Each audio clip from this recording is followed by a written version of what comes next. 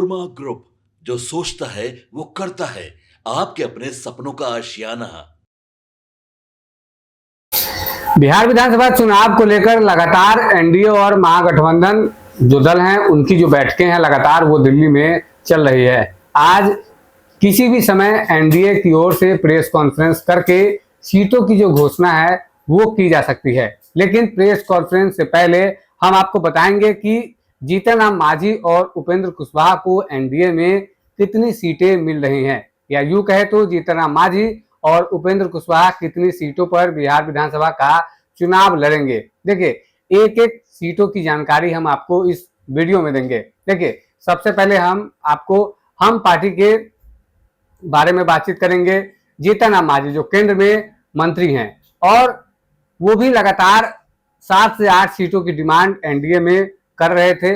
ऐसे में जो खबर अब निकलकर सामने आ रही है वो ये है कि 7 से 8 सीट पर जीतन राम मांझी की पार्टी जो है वो चुनाव लड़ सकती है, जिसमें एक सीट है टेंगाड़ी, जहां से अनिल कुमार जो है चुनाव जीतन राम मांझी की पार्टी से लड़ सकते हैं। फिर एक सीट है सिकंदरा, इमामगंज, मखदूमपुर, कुटुंबा सहित तमाम जो ऐसी सीटें हैं, कस्बा, इन सब सीटों पर जीतन राम मांझी अपनी पार्टी के कैंडिडेट को उतार सकते हैं। एक और विधानसभा सीट है बाराचट्टी।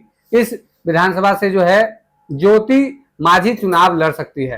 तमाम जो जानकारी है एनडीए की तरफ से प्रेस कॉन्फ्रेंस होने से पहले हम आपको इन सीटों की जानकारी दे रहे हैं कि एनडीए में जब प्रेस कॉन्फ्रेंस होगा और सीट शेयरिंग पर बातचीत होगी उससे पहले ही हम आपको बता रहे हैं कि जीतन राम मांझी और उपेंद्र कुशवाहा को कितनी सीटें मिलने जा रही है।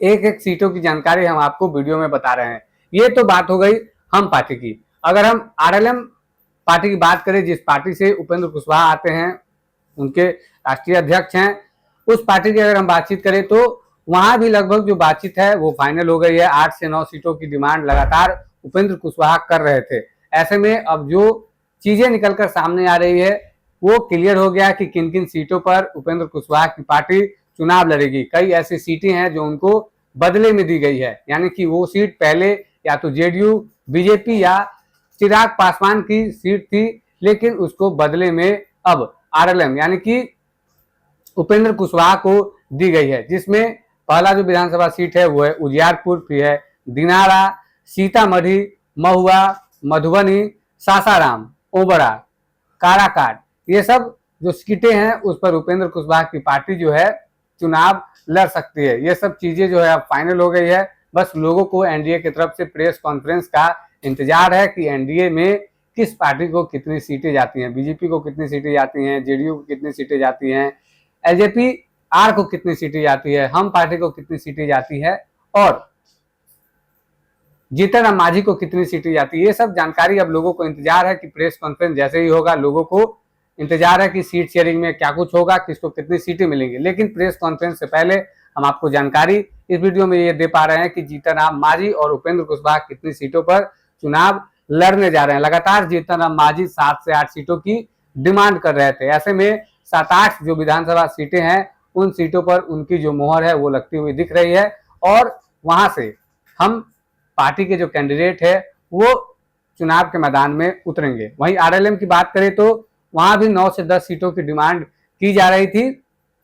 ऐसे में 9-10 विधानसभा ऐसी हैं जहां से उनके कैंडिडेट जो हैं चुनाव के मैदान में उतरेंगे। उजियारपुर, सीतामढ़ी, महुआ, तमाम जो ऐसी सीटें हैं, मधुबनी, सासाराम, ओबरा, ये सब जगह से आरएलएम उपेंद्र कुशवाहा की पार्टी के जो कैंडिडेट हैं वो बिहार विधानसभा चुनाव में कैंडिडेट होंगे और चुनाव लड़ेंगे। तो ये जो जानकारी है ये अंदर से निकलकर सामने आ रही है और हम और आरएलएम पार्टी को कितनी सीटें मिल रही है एनडीए की ओर से, ये प्रेस कॉन्फ्रेंस से पहले हम आपको ये सारी जो जानकारी है और लगभग ये जानकारी जो है सटीक जानकारी है जो हम आपको इस वीडियो में दे पा रहे हैं। बने रहिए आप हमारे साथ, देखते रहिए भारत लाइव। धन्यवाद। आपके सपनों को हमने सजाया है, ई होम्स पैनोरामा को हमने बनाया है। ई होम्स मेरा एक सपना था जिसपे मैं पिछले 4 साल से काम कर रहा था। हमने जो बनाया है वो सबने है माना। ई होम्स पैनोरामा में हो आपका भी आशियाना। और फाइनली हमने 2021 में इस प्रोजेक्ट को लॉन्च किया। बहुत लोग अप्रिशिएट कर रहे हैं कि पूर्णिया जैसे शहर में, बिहार के, एक तो बिहार की बात करें उसमें भी पूर्णिया जैसे छोटे जगह में इस तरह का लाइफस्टाइल देना, ये सुन के हम लोगों को बहुत अच्छा लगता है। ई होम्स में हमने कुछ और भी किया है, जैसे हम जिस जगह में रह रहे हैं हमारे फैमिली सिक्योर हो, उनको सिक्योरिटी का ध्यान में रखा है। आपकी सुविधा और सुरक्षा आपके लिए खास है, ये आपका विश्वास है। इसमें आर्टिफिशियल इंटेलिजेंस का 7 लेयर सिक्योरिटी का हमने इस्तेमाल किया है। लस ग्रीन कैंपस को बनाया है। यदि हमारा बाउंड्री वाल है तो वो वर्टिकल गार्डन है।